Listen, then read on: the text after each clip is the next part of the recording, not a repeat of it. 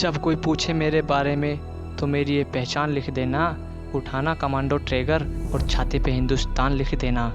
कोई पूछे पागल था वो कौन, तो भगत सिंह और क्रांतिकारियों का चेला और इंकलाब का गुलाम लिख देना।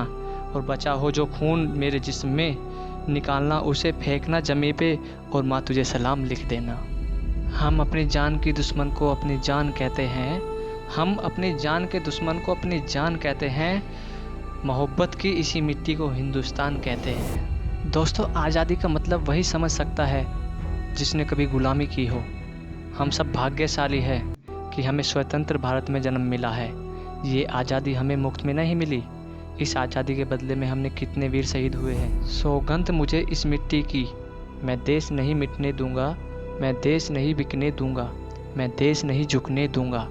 यार, कब तक जात धर्म के नाम पर लड़ते रहोगे? ये देश फिर से गुलाम हो जाएगा। तब तक आग लगाने वालों सुन लो, इतने हम नादान नहीं। कौन नांग है कौन नागरिक, अब हिंदुस्तान गुलाम नहीं। इन सांपों के बिल भी अब कुछ दिन में रुझने वाले हैं। शेर लगे हैं कोशिश में, चाहे पैरों में उनके छाले हैं। हिंदू मुस्लिम सिख ईसाई सब आपस में भाई है।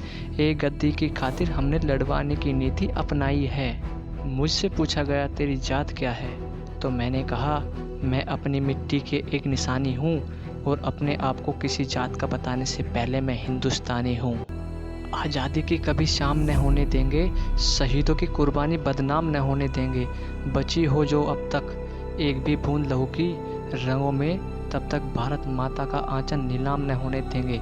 वंदे मातरम।